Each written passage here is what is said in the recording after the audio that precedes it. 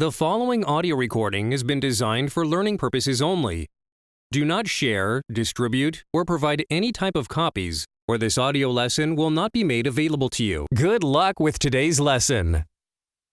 Make cool stuff and take over. Suddenly I feel like this turned into a rah-rah speech and I'm coach. We'll crush our enemies. What's the speech that Conan gives?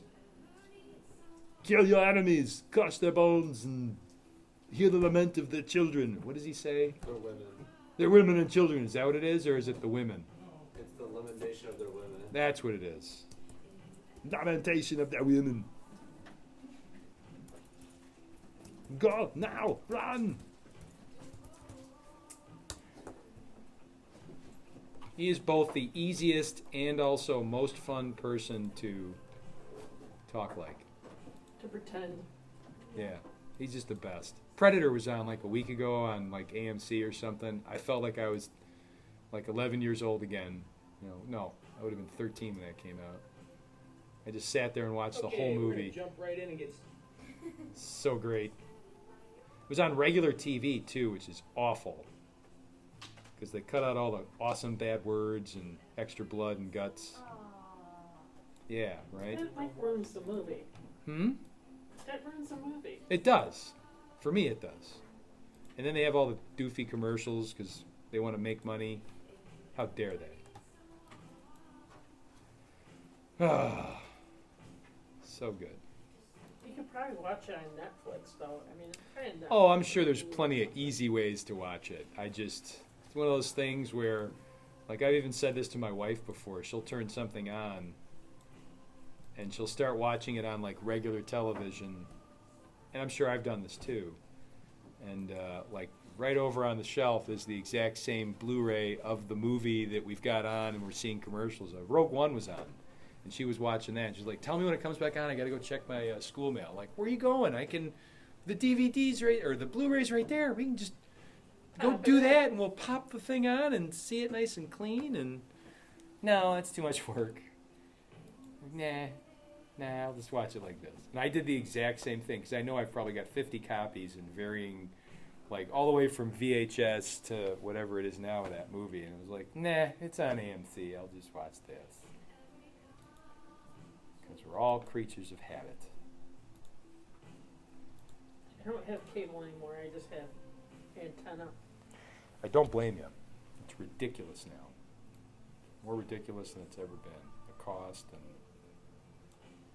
what you have to get. Like we have cable and I still have to pay for like 2 streaming services to see the stuff that I want to see. A lot more so if I really wanted to see all the stuff that I wanted to see, but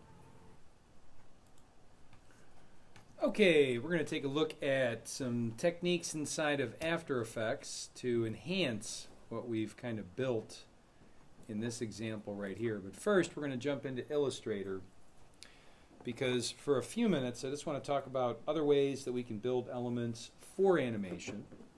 Primarily grid elements, right? Because, we might need some sort of a background interface of some sort that houses our UI.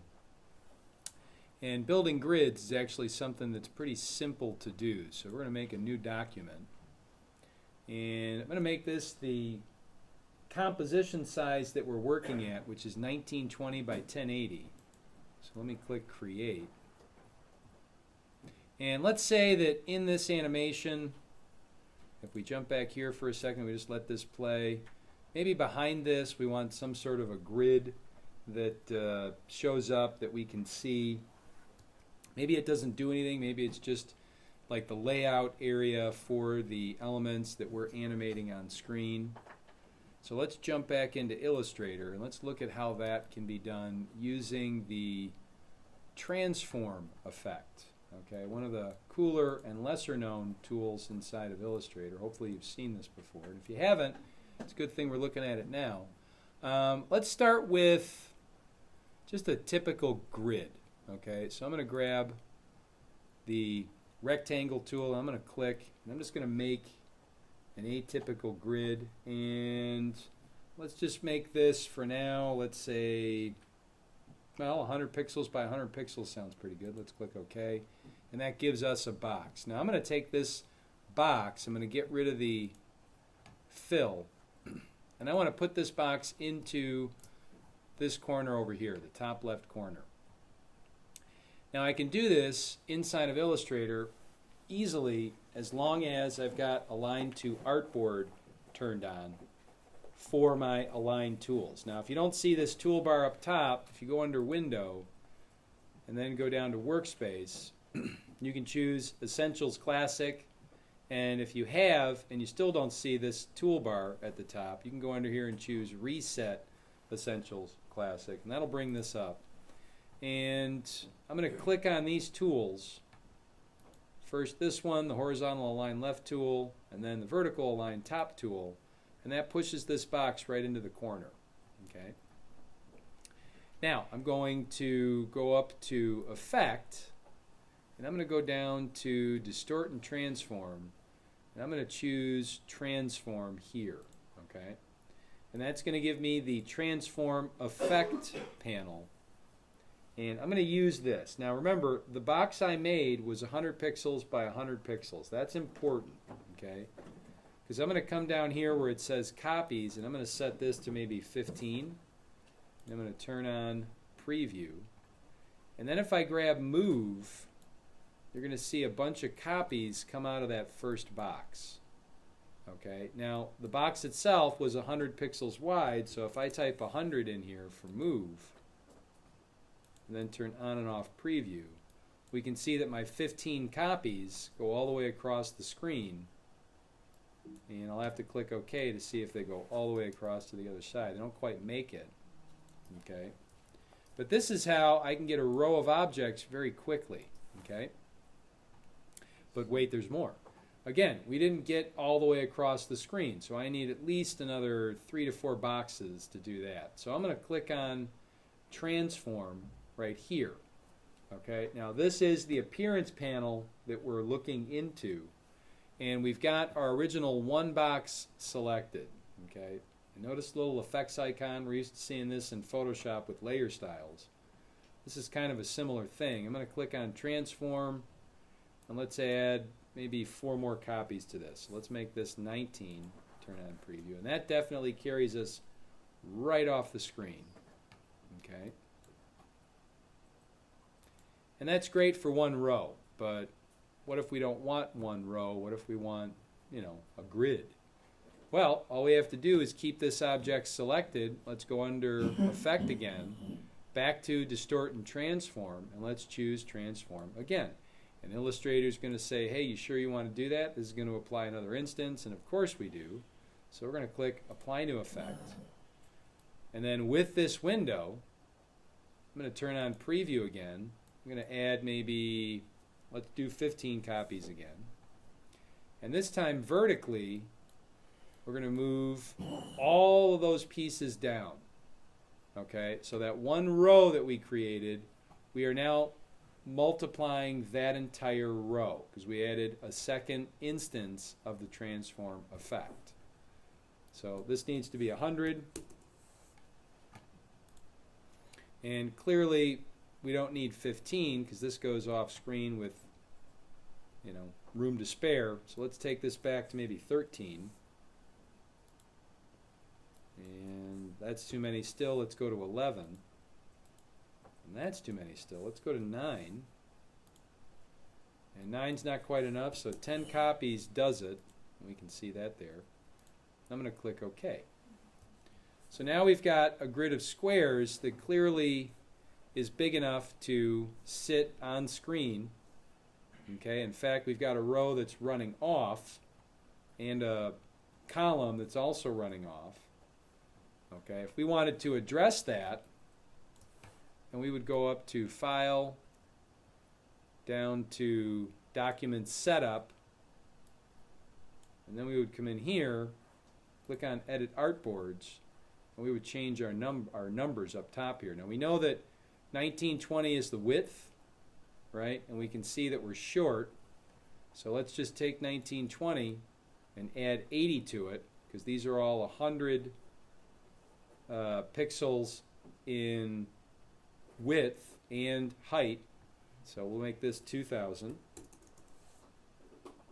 And then let's grab 180 and change this to 1100. Okay. And then all we have to do is take this original box and make sure that it sits in the corner properly. And now we've got a evenly spaced grid where all the boxes are visible, and we can export this entire thing over to After Effects. The really cool thing about this is if I hit Command Y, we still only have just the one box. Okay? Pretty neat. Now let's make it neater. We've got one box, and from that we've made all these different copies. This box is basically a line with a stroke value of 1 point. So let's take that 1 point stroke, let's change that to maybe 0.5. Let's make it real thin. Okay. And let's duplicate this layer. We'll lock the first one. In the second, we're going to select this box. Let's maybe make this line thicker. Let's make it 1 point. Let's make it 2 point maybe. And then let's make it smaller. Okay, so I'm going to hold down the Option and Shift keys and just make this box smaller. Okay. It's moving that 100 pixel distance all the way across and down. So this shape now, if we modify it, okay, it's going to modify from the center point outward. So that looks pretty good. And let's take this, let's not be done. Let's duplicate this. Whole entire layer. We'll lock that. We'll take this shape,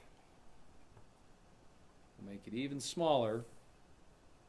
And instead of the stroke, let's make this a fill. So Shift X to flip the value. Let's zoom in on this box. So now it's a filled box. And we've got our corner widgets. I'm going to pull on those to turn this box into a circle. Now we've got these little dots that are also a grid element. Then I'm going to take this line, and instead of it being black, I'm going to make this maybe gray. So like a medium gray. That looks good.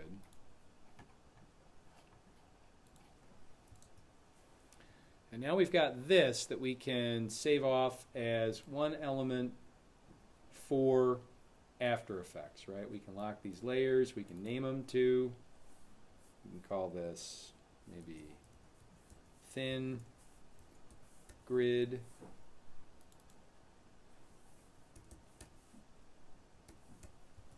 Thick grid, and then dots. Okay.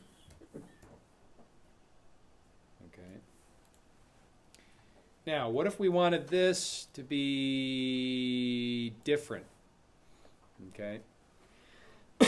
Let's say we take thick grid, let's duplicate that. And on the duplicate, let's select our box. Let's make this a little bit smaller. Let's shift that value. Okay. And you know what? Instead of making it smaller, let's make it larger. Let's make it like that big. Okay, so it's just slightly bigger, okay, than that initial thick object. And let's say I only want these for a portion of this grid.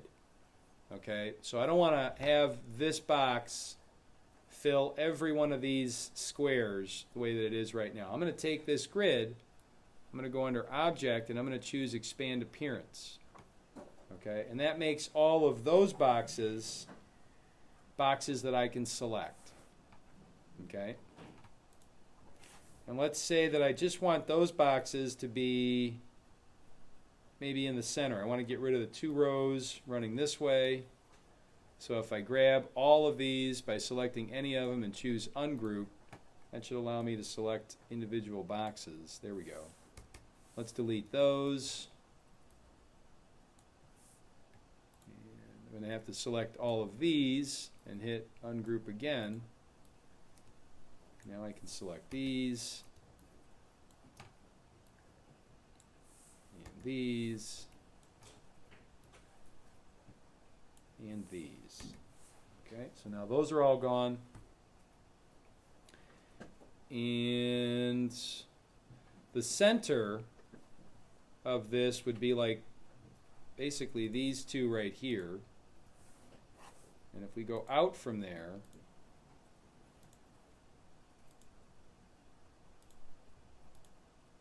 we'll go up one row,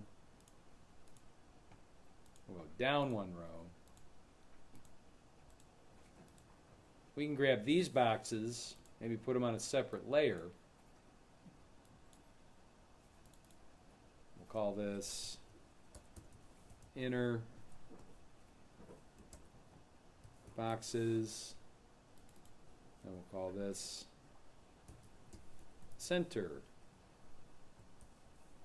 boxes. And that looks pretty good. So let's save this.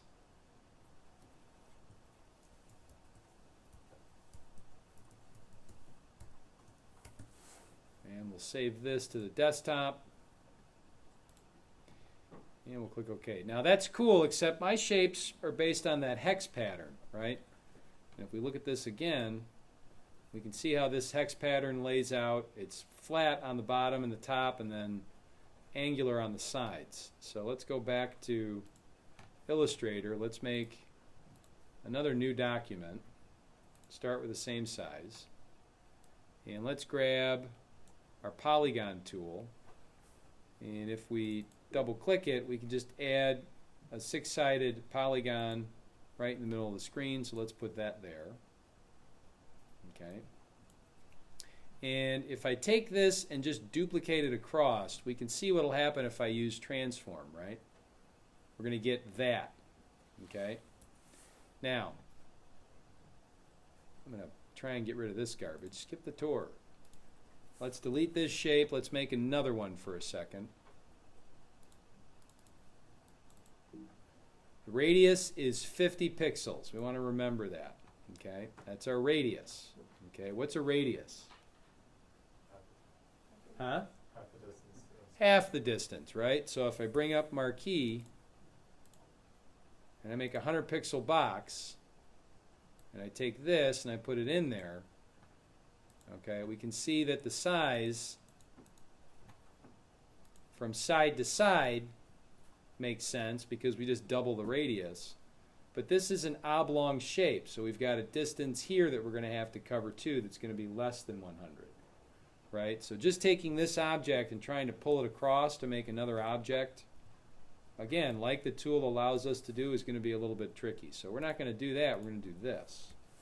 We're going to take this object. We're going to use the smart cursor like you saw. Okay, right now we're seeing the smart cursor. Smart cursor is Command U to toggle that on and off like we talked about before. We're going to use the smart cursor to give us something that we can start with that will make more sense, at least initially, when we start to pull this over to make our pattern. So we're going to take all three of these shapes, which is what I want you to see. We're going to group them together. We're going to take this, we're going to put it right up here. Okay? So it's not quite aligned the way that the box was. That was a perfect fit into the corner, but it's close. Okay? And let's, with this group now, go back up to Effect, over to Distort and Transform, Transform. Let's turn on Preview. Let's make 2 copies for now. And let's move this horizontally. Okay. And we can see what's happening. Let's go another, let's go 200. Okay, preview on, preview off. All right, so we know, let's try 150. 150 seems to get it, right? That looks pretty good. So let's go copies 2, let's go copies 10. And that looks like it goes off screen. Let's check that. Not quite there.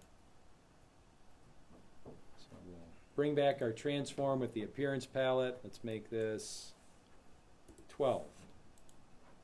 And that gets us off the screen. That's pretty good. Okay, so that looks all right.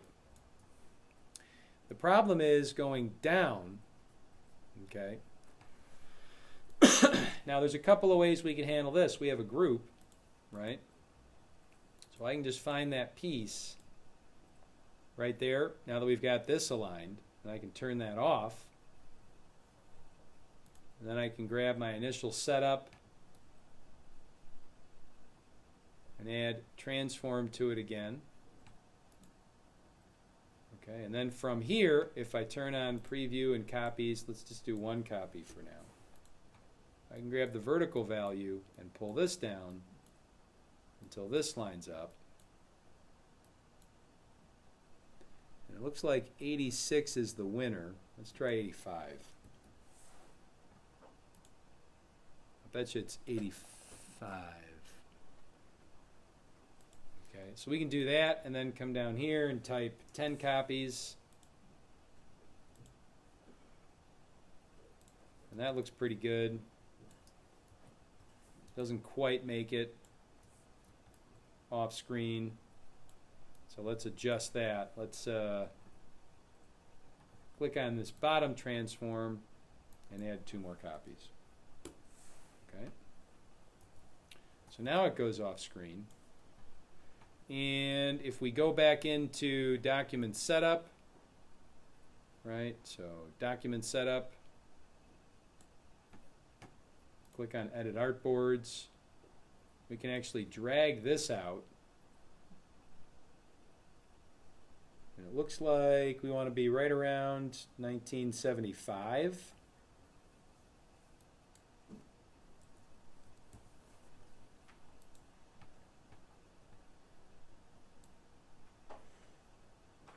And 1150.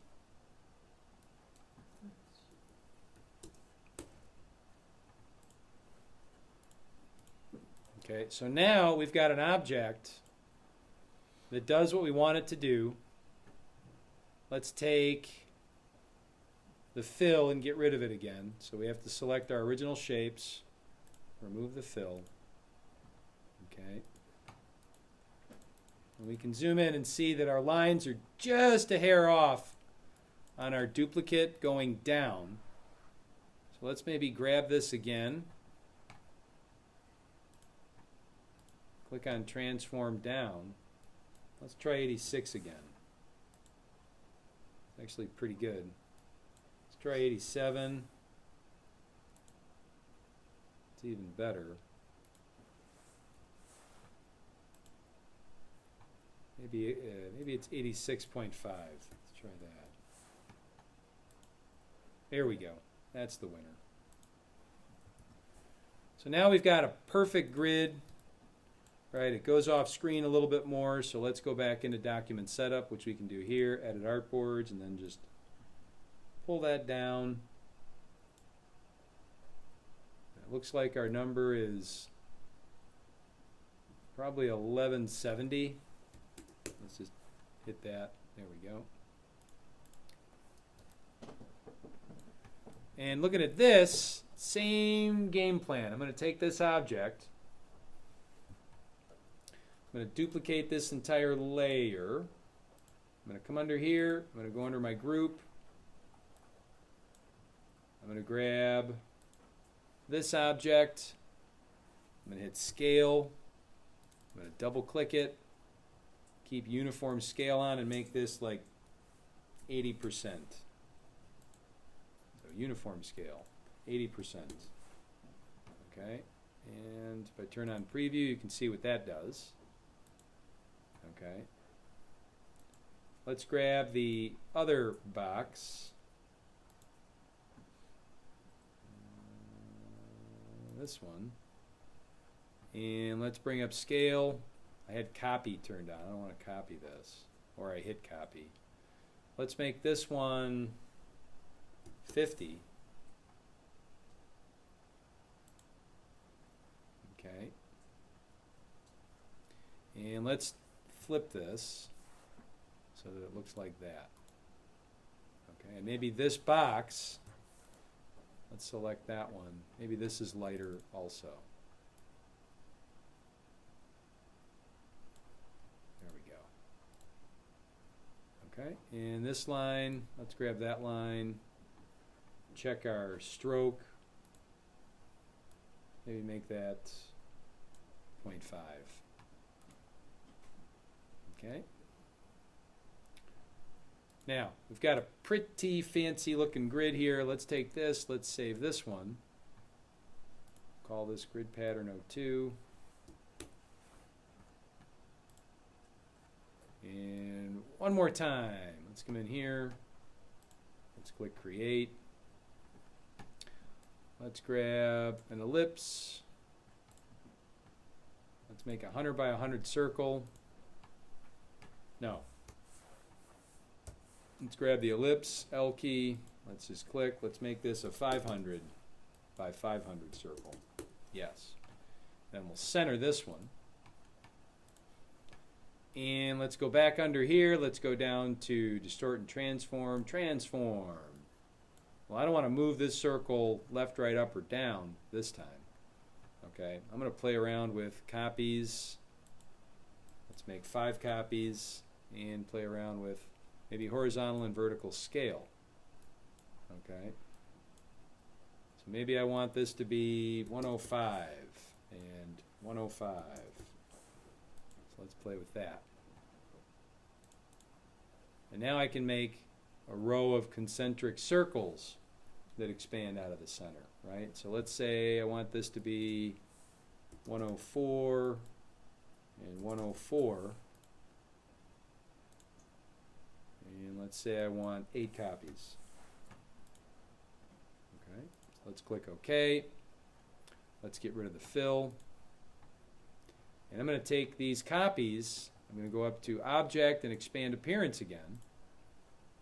Okay, and now I can zoom in on these lines. I can grab this one, maybe change it to 2 point, and I have to ungroup them all. Forgot to do that. There we go. I can grab this one, make it maybe 2 or 3 point. I can grab that one, make it 0.5. Maybe these 3 are really thick, and maybe they're a lighter color.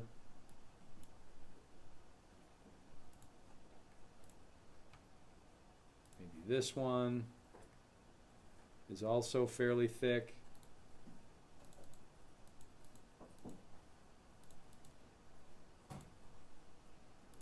Maybe this one doesn't sit there. Maybe we take this one and expand it so that it's out here. Then maybe we take this one and make it smaller so that it's right there. Okay? So very quickly, I can get all sorts of shapes that I can start with right inside of After Effects. Let's call this reticle without the L in front. Boop. And we'll save this. We'll click OK. And let's go over to After Effects so that we can see these elements inside here. We got 3 different grids to play with. Let's pick grid pattern 02. Let's turn off this Illustrator PDF EPS sequence button. That should basically always be off. And I want to bring this in as a composition with the Retain Layer Sizes option. I'm going to click Open. And if I go into Grid Pattern, notice what we see. What do we see?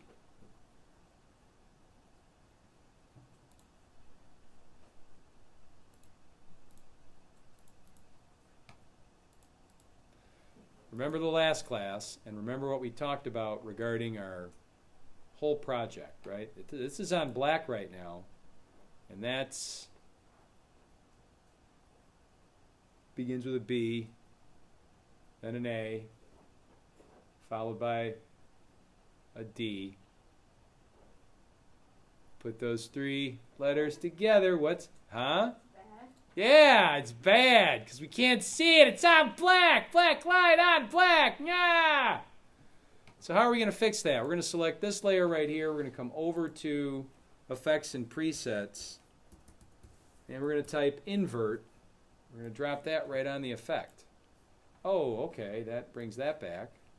We'll drop that on the other effect as well. Now we can see our grid.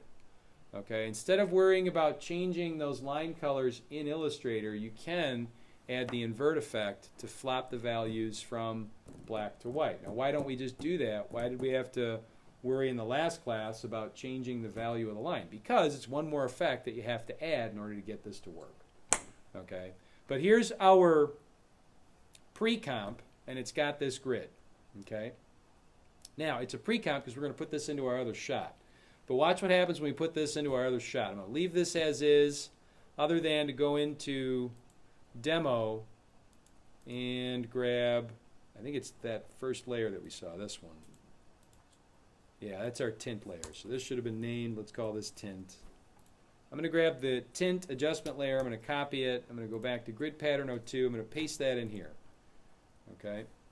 And we can see something's happening on the edges. We're going to talk about that. Don't worry about that right now. In fact, it's kind of good that that's happening. We're going to take this. We're going to go back over to Demo 3D. In our project, Grid Pattern 2 is right here. Let's back this up. Let's push this up like that. And we're going to drop Grid Pattern 2 right there. Okay? And there it is.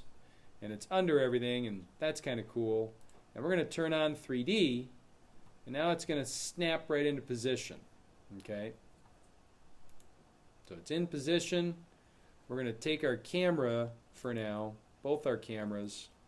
We're going to select them both and just turn off depth of field for now. Okay? But if we look at this, okay, yeah, you know, we've got the grid in there, but it gets cut off, right? We need to fix the fact that it's getting cut off because, you know, it doesn't look good being cut off. Plus, it's a little bright. Plus, that adjustment layer is not working, right? So we're going to go back into Grid Pattern here. This is an Illustrator file, okay? I'm going to bring up Composition Settings. I've got the Aspect Ratio button locked. So now if I change one size, it's going to change both. Let's take this number and put a asterisk at the end of it and type 2. The asterisk is a multiply symbol, okay? So it stands for multiplication. So if I take this number and multiply it by 2, I've made this double the size, okay? So I'm going to click OK. I'm going to click on both of these elements. I'm going to bring up Scale, and I'm going to make them 200%. And they scale out to the edges. But if I zoom in, they're a little bit blurry now. Why are they a little bit blurry? Because we scaled them up to 200%, but they're vector. What do we have to do? As he points to it on screen, yeah, we got to turn that on. Now everything tightens up. Okay, now the one thing I do have to do is push this into position. It's shifted slightly, so let's put that there. Okay. And then we're going to grab our tint adjustment layer and resize that. So we're going to go under Solid Settings, because that's technically what an adjustment layer is. And we're just going to click Make Comp Size. And it'll just flow to the size of the composition. Okay, now it does that, but I still have to align it to the composition to make sure that it covers all edges perfectly. So if I select this, I have the same align controls in After Effects that I have in Illustrator. I'm going to make sure that I can see them, and then I'm going to click these buttons to align that adjustment layer right in the center. Okay, and now we got that. And then I'm going to grab my tint value, and I'm going to lower the tint color here. Like I want it to be saturated, but I don't want it to be so bright. Let's maybe make it a little more blue, and just make sure that this color is a little dark. There we go. Now if I go back into my Demo 3D main comp, this definitely is large enough. I'm going to grab this grid pattern, because it's a three-dimensional layer, and I'm going to pull it into the scene now. I'm going to pull it back, maybe to right there. And I can make this a screen layer, and then duplicate the pattern. Grab that duplicate, pull that back slightly.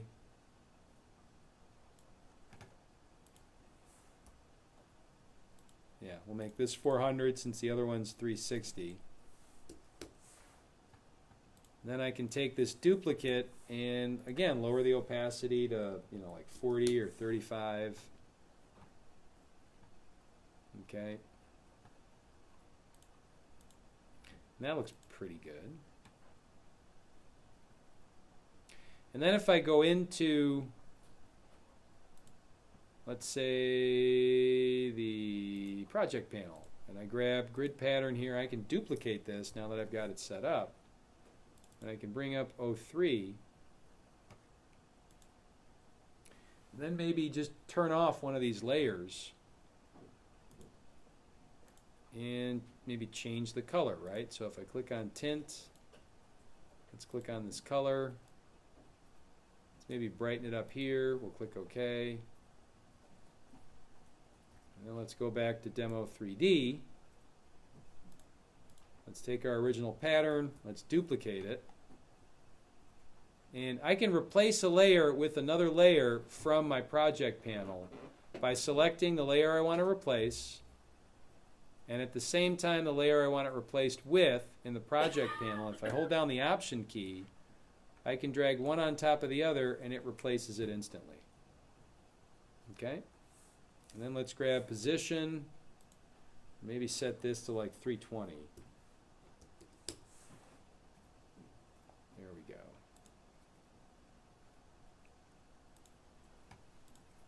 And then if I go back into my original demo here, okay, and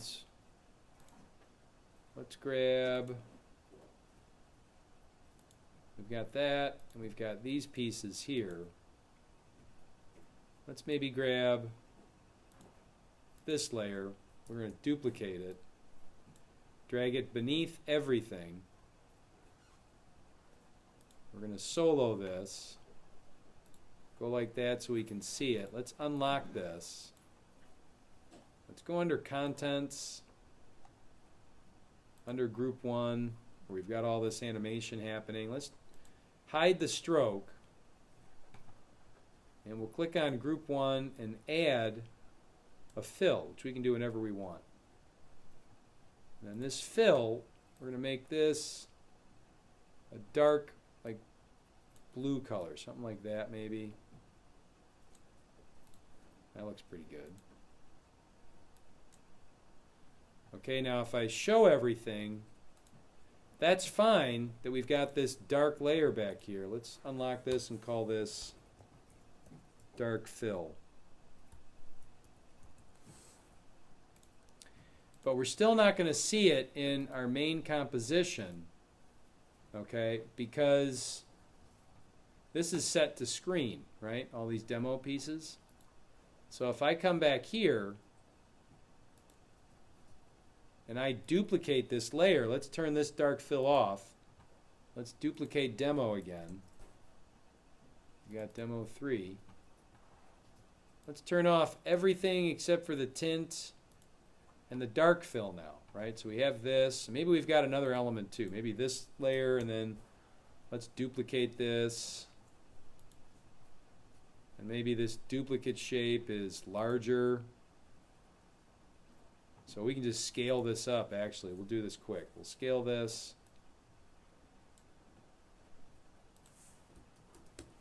And we'll lower the opacity. T key, let's take this down to maybe there. So right around 50. So now we've got demo 3 here. Let's go back to our 3D layer. Let's duplicate demo. Select that, select demo 3, and Option key to replace. And then I'm going to set this to normal. And we're going to have this big object now right inside of our shot that we can see here. Now I have to change the opacity of this layer, so T key. Take this up to 100, and let's bring up position. We'll probably have to take this back to 0 to start on the Z. Okay. But now we've got that object. Let's move it back to 20. Okay. And that kind of breaks everything up behind this object so that we can see. Right? And if I take this layer, okay, and I scale it up, let's make it 150. That fills more of the space, and that looks pretty good. Okay, in fact, let's go a little larger. Let's go 165. Okay, but it's not tight the way that everything was before because we've just scaled up these objects. Okay, here's where it gets really fun. Let's go back into demo 3. Let's call this dark objects.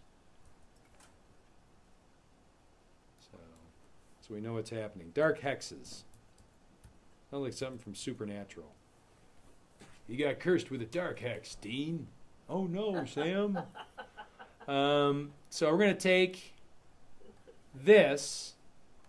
We're going to flip on toggle switches and modes. And what I want to do in Demo 3D is make this the same as what we did when we scaled up those hex elements in our pre-comps, right? We turned on continuous rasterization. I can do that here, except when I do that here, it's going to break, right? The reason it broke is because what continuous rasterization does to a pre-comp is this. It gets rid of the pre-comp in After Effects' mind. So now we're seeing just those two-dimensional layers inside the pre-comp in this parent composition. Okay, well I want that because I want the continuous rasterization to work here like it does for shape layers. But in order to get this to also be in 3D the way that this object is in 3D, the pre-comp, I have to come in here, select these two layers, and actually make them three-dimensional layers in here. Even though it doesn't change anything, I don't have to move them or change their position at all. I can just turn that on, and then if I come back here, now those objects sit where they're supposed to sit. Okay?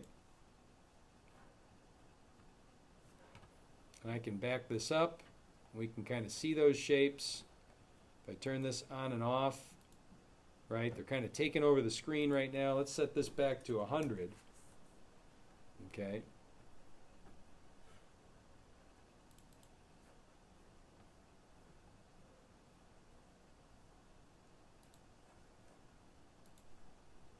There we go. And I'm going to have to add the tint to the layer in here also, or at least to those layers. So let's take this back up to 150. Actually, I like the original size, 165. But again, if I zoom in on this now, we can see that that's really tight. Okay, nice and clean the way that we wanted it. Whereas before, you can see the blur, right? Now, why did I have to turn off the adjustment layer? Because, again, Collapse Transforms wants to make this happen in the parent composition. It ignores the fact that there's a pre-comp with elements in it, and it just sees those elements. So just like here, where I had to turn on 3D for these layers, even though it's not technically a three-dimensional composition, I had to turn off my tint effect. Okay, which means these objects, if I want them to have a dark blue tint, I'm going to have to actually make sure that they do. Okay, which is again what we already did, but still. Okay, let's lock that down. Then you can see that there, and I can even set those individual layers in here to blend modes if I wanted to. I could grab these and set them both to multiply. And then that would carry over to this composition, and you can see that there. Okay?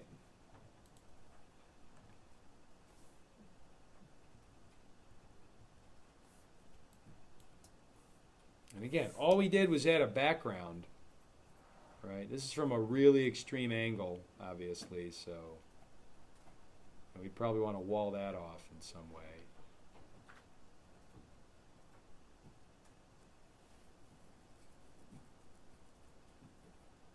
But I can take these objects and get really kind of complex with them, with what we do with them. I can grab these grid patterns. Let's maybe try and wonk out the parallax a little bit. Like those are going back pretty far right now. But let's take maybe all three of these and push them back even further. So let's maybe take this number, grid pattern 02, which is that one. Let's set that to 800. Then this one, let's make it maybe 600. And this one we can set to maybe 400. And the further back in space they go, maybe we duplicate this one once. Send that back to like 420. There we go.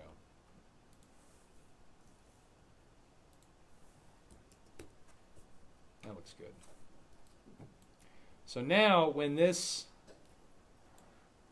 kind of animates on screen with the camera spinning around the interface, we're going to get all this fun parallax too. Okay? And parallax is what we see when the camera moves in a scene that has 3 dimensions. Objects that are away from one another, they'll have depth, and we can actually see that depth. Okay? Because elements that are further away will move, in this case, probably a little bit faster because of how we're turning through the scene than the objects that are closer. Okay? So it's that relationship of objects that are separated in Z space from one another when we move around a 3-dimensional camera. Right? You can start to see that right now if I let this play. Like, see how that motion is, very 3-dimensional because we're seeing all these shapes kind of running through everything.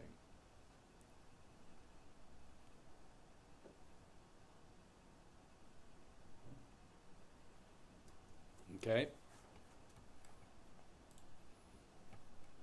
Cool so far? Everybody's good? We're liking what we're seeing? Okay, let me show you one more thing. We're going to call it after this. It's only because I like you guys that I'm going to show you this. Otherwise I wouldn't. So let's go into dark hex. Let's grab dark fill here. We're going to copy this. We're going to bring this into our demo 3D composition. We're going to paste this. Okay. Now this doesn't always work, and you'll see why. But I want to show you this little trick. Okay, this is already a 3D layer. I'm going to come up to where it says Classic 3D. And I'm going to change this from Classic 3D by clicking that button and then going into this list. I'm going to choose Cinema 4D. Now there are certain things that are going to work, and then there are going to be certain things that aren't going to work. And you'll see how we get around that in a minute. Okay, but just to understand what I said, we're turning this into 3D. We're going to click OK.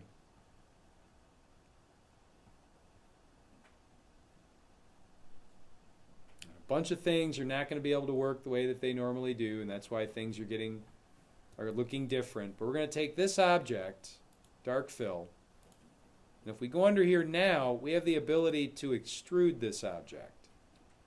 Okay, so let's give this an extrusion value, okay, of like 136. That's fine. Okay.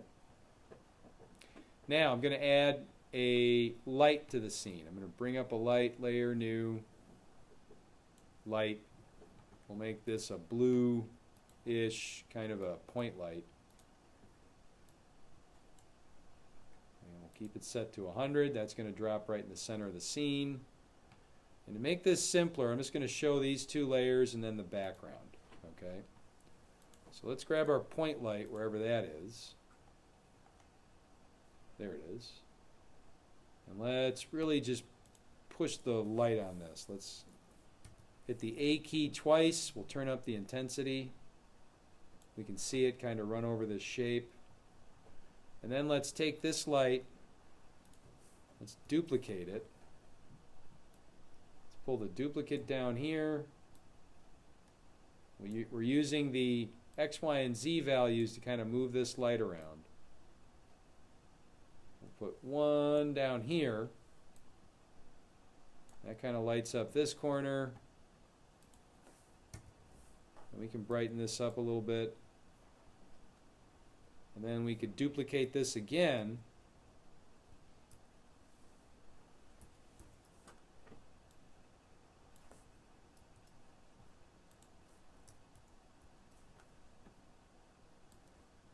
Move this light up here. And maybe over there. Just to catch that other face a little bit, okay?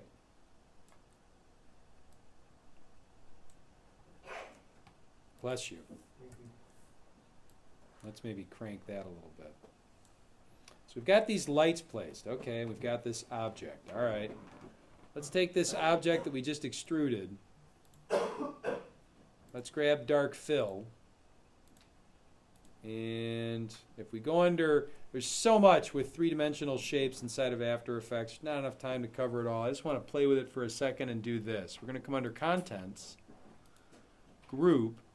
We're going to turn off this fill and turn back on the stroke. Okay, there we had a stroke and we were using the dashes. Okay, so that in and of itself is pretty cool, but I'm just going to go under stroke. I'm going to get rid of the dashes. I'm going to increase the width of this stroke. I'm going to bring this color back to something like what it was. That's pretty good. We can see those lights kind of working off of everything nicely there. And we'll go with that. Now, this is already in a shot with a camera, right? We can see those cameras moving. Okay, now this is a trick that's going to confound a couple of people, and it's not going to be the easiest thing in the world to replicate. So watch very carefully, and I would use this sparingly. We got a whole lesson on 3D we're going to be getting into. Okay, but I'm going to take my three lights, my dark fill, I'm going to select them all. I'm going to right click, I'm going to pre-compose this. Call this 3D hex.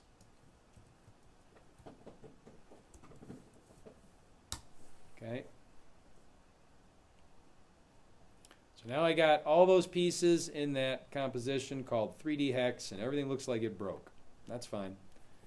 I'm going to go back into my composition settings over to 3D renderer. I'm going to set this back to classic 3D. Now that'll fix all the stuff in this shot, but this layer is still broke. I'm going to grab my cameras, and this is the key element. I'm going to select them both. I'm going to copy them. I'm going to go into my pre-comp with my three-dimensional shape and my lights. I'm going to paste the cameras in here. Okay.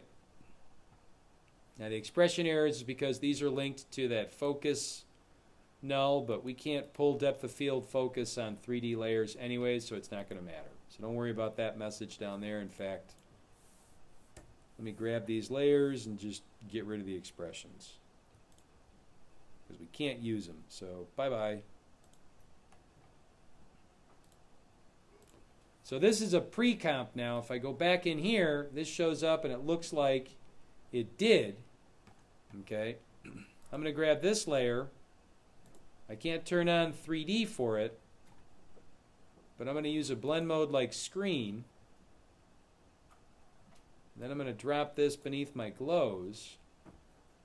And then I can take this object inside 3D hex and I can scale it up. Let's grab the scale tool. This is vector, so it's scalable. I can turn it up to like that big if I want.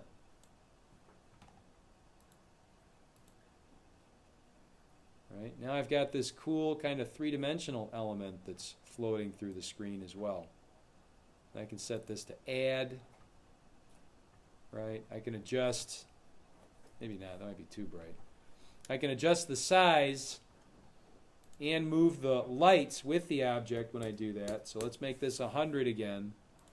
Let's grab our lights and just parent them to dark fill before I start scaling. Now if I set this to 200%, those lights scale out with the object and look like that in here.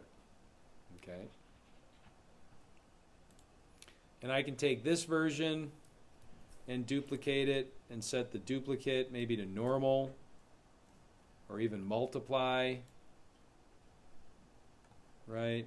Let's try multiply and then take the copy and turn down the opacity of it. So that it's just on a little bit underneath the object. I can take another version of this, duplicate it, come over here and type find edges. And I can drop the find edges plugin on that. Okay, what's find edges, Sean? Well, it's a tool that does this. Okay, it takes an object and it finds the edges of it, right? So now I've got this cool kind of all vector line that's kind of sitting on top of this as well. And I can composite this effect if I want to. I can take, these pieces and place them within the demo above and beneath other pieces, and that might change how much they stand out. Okay. I don't think I want this. Yeah, that looks pretty good. Okay, and we'll set that to maybe add instead of screen. That looks even better. And I can adjust the colors on this. If I want to grab tint and adjust the colors, I can do that, because it's basically just taking the values and flipping them. And we had a blue shape. So if I grab, the tint effect or levels first, let's grab levels. Add levels to this. Kind of go like that to make this line a little bit brighter. And then again, I can go under tint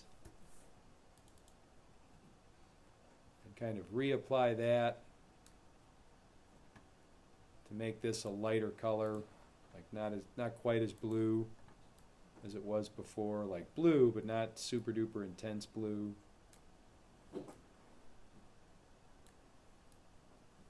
Or I can make it green, or I can make it orange, right? I can just make this orange. That could be cool. Yeah, that looks neat. Okay. So again, you can see how quickly this can start to get really complex, right? We can take that dark shape. We can scale this up even further maybe now.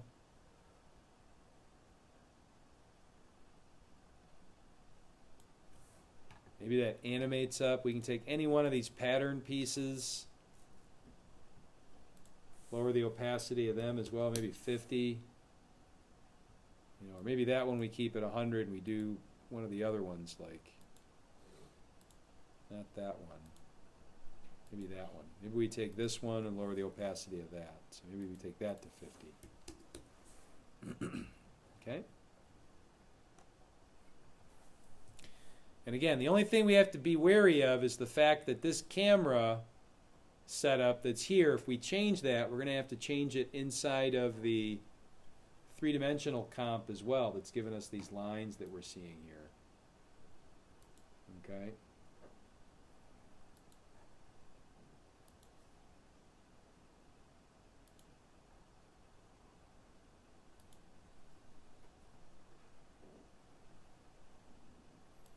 Now this is feeling like something from Tron. Yeah, a little bit.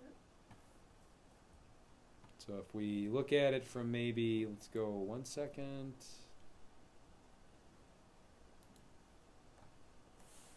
2 seconds will work.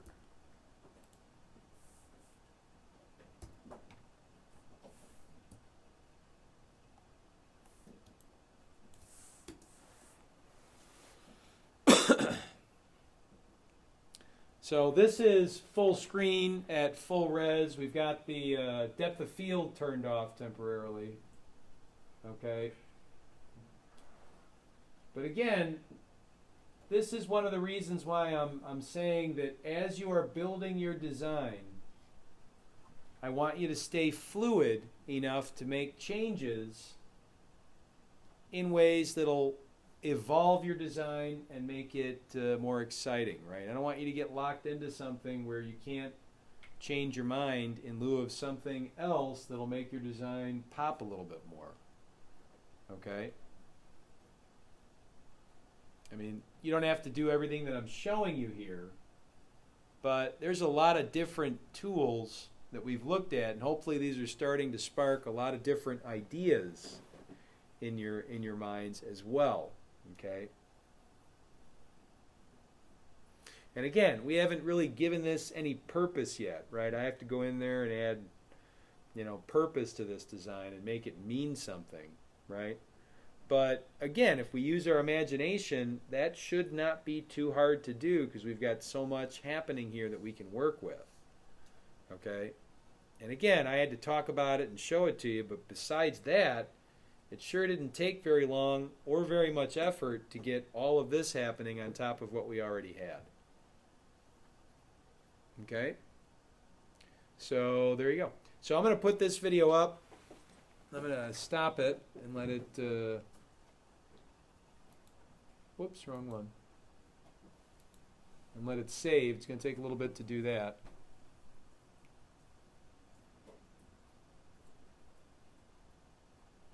And then once it's done, I'll make sure that it's uploaded. So you've got all this information to kind of carry with you while you're working, whether it be in the room or outside of the room somewhere else.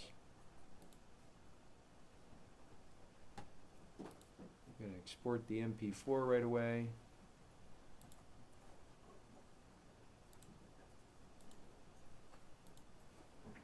And I think I'm going to take these elements, just like I did before, and put them up on Dropbox eventually so that you can kind of tear them apart if you need to. Okay? But again, this is animated gobbledygook, really, and yet there's a lot there visually that we can look at and really think about. Okay?